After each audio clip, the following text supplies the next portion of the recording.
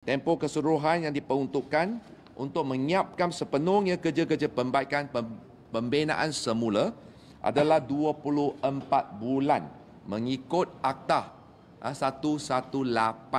Bagaimanapun, saya secara peribadi telah minta Sime Darby Properties to work and an SPMB to work around the clock untuk mempercepatkan daripada tempoh maksimum. Boleh cepat, tak boleh lewat. Okey. Pada masa yang sama, atas keprihatinan serta semangat berganding bahu dengan kerajaan negeri, Kerajaan Madani telah memperuntukkan KPKT bersama dengan MBSJ. Okay, kita telah memperuntukkan 6 juta ringgit lagi untuk membaik pulih infrastruktur awam yang telah pun rosak. Maka pengumuman hari ini dah berjumlah 40+6 dan 46 juta ringgit telah diperuntukkan untuk membantu mangsa-mangsa kebakaran. Ini adalah hasil usaha gigih semua agensi yang telah bekerja bertunggus lumus.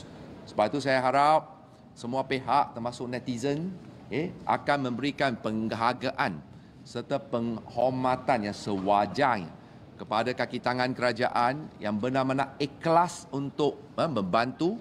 Belum pernah ada lagi plan pembinaan semula yang begitu komprehensif sejak kemerdekaan.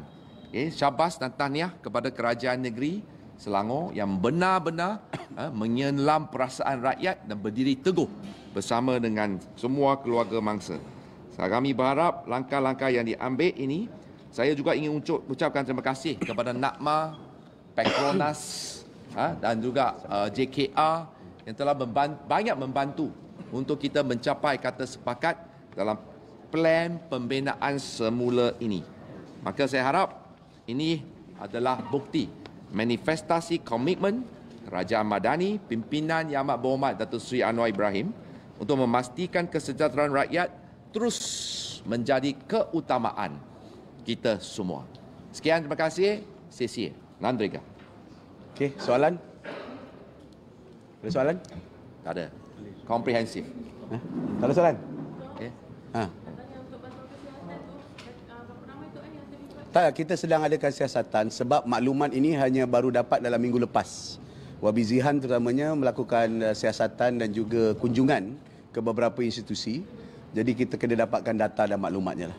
Sebab kalau rawatan tu rawatan biasa tak apa. Kadang-kadang rawatan tu memerlukan pencantuman kulit, ada yang terbakar 30% dan sebagainya yang memerlukan proses yang lebih panjang.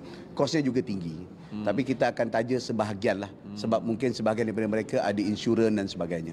Itu akan diselaraskan oleh YB Jamaliah. Itu angkanya belum kita finalize, tapi dalam minggu depan, 2 minggu lagi, saya rasa di Majlis Mesyuarat Kajian Negeri kita boleh putuskan berapa ramai yang kita nak bantu.